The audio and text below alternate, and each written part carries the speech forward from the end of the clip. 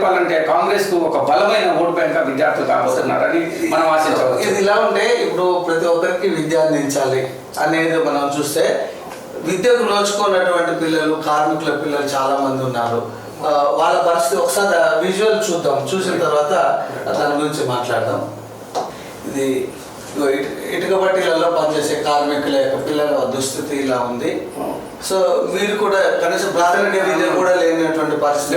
అంటే మిర్యాలగూడ చుట్టుపక్కల ఒక ఇటుక బట్టీలే మనం ఒకవేళ శ్రద్ధ బట్టి తిరిగినట్టుంటే దాదాపు ఒక 50 పైన ఇటుక బట్టీలు మిర్యాలగూడ నియోజకవర్గం చుట్టుపక్కల ఉన్నారు.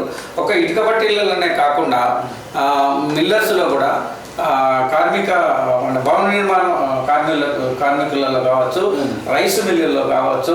సో దాదాపు అవుట్ సైడ్ తెలంగాణ ప్రజలు దాదాపు వేల సంఖ్యల కుటుంబాల్లో వచ్చి పనిచేస్తున్నాయి. ఆ పిల్లలకు ఎడ్యుకేషన్ లేకుండా పోతుంది.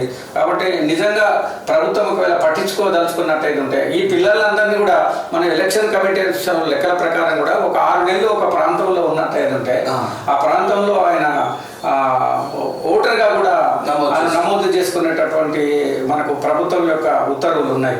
వాళ్ళని అసలు అక్కడ యాజమాన్యాలందరూ ఆ పిల్లలందరినీ తీసుకొని వాళ్ళకు ఓటర్ కార్డు, ఐడి కార్డు ఇప్పించేసి వాళ్ళకి మినిమం ఫెసిలిటీస్ ఇవ్వాల్సిన పరిస్థితి ఉన్నది.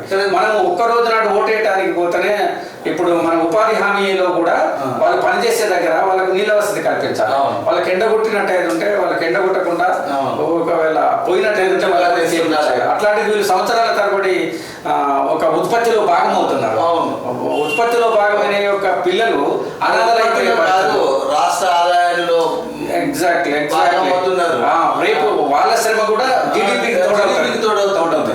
సో వాళ్ళ పిల్లలను మనం అనాథలుగా చేయటం అని అంటే ఒక దాన్ని ఏమంటారంటే అజ్ఞాన సమాజాన్ని డెవలప్. అసలు ఇంకో విషయం ఏంటంటే ఇక్కడ కార్మిక శాఖ అధికారులు అంటే మా దగ్గర వీళ్ళ వివరాలే లేవని చెప్తుంటారు. ఇది మరీ దారుణమైన విషయం కదా. అంటే ప్రభుత్వము దేన్ని విద్యను కానీ లేకపోతే దేన్ని కానీ పట్టించుకోవడానికి ఉద్యోగం లేదు. వాళ్ళకి కావాల్సిందంతా శ్రమ, ప్రొడక్షన్. వాళ్ళ శ్రమను ఉపయోగించి కొంత ఉత్పత్తిని పొంది దాని ద్వారా వాళ్ళు బిజినెస్ చేసేసుకొని వాళ్ళ వ్యాపారాభివృద్ధి, వాళ్ళ వ్యక్తిగత ఆర్థిక స్తోమతలు పెంచుకోవటము, వాళ్ళ మినిమం మౌలిక సదుపాయాలను కానీ వాళ్ళ పౌర హక్కులను కానీ దీన్నే రాజ్యాంగ ఉల్లంఘన. అంటే వాళ్ళ ప్రభుత్వం ద్వారా వచ్చే బెనిఫిట్స్ మాత్రం యాజమాన్యాలు తీసుకుంటాయి. ఎగ్జాక్ట్లీ. దీన్నే రాజ్యాంగ వినియోగించాల్సినటువంటి మౌలిక సదుపాయాల వసతుల కల్పనలో మాత్రం మనం రాజ్యాంగ పరిభాషలో చెప్పాలంటే పౌరుల యొక్క హక్కులను విడనాటమే. 14 సంవత్సరాలు నిండినటువంటి ఏ పౌరుని కూడా స్కూల్ నుండి బయట ఉంచడానికి వీల్లేదు. వాళ్ళని బౌరు నుండి ఉండటానికి వీల్లేదు. మన విద్యా హక్కు చట్టం చెప్పేది. నిర్బంధ విద్యా హక్కు చట్టం వచ్చింది మనకు 2005లో. సో నిర్బంధ విద్యా తప్పులో ఖచ్చితంగా పిల్లవాడిని తీసుకుపోయి యాజమాన్యము స్కూల్లో జాయిన్ చేయించాలి.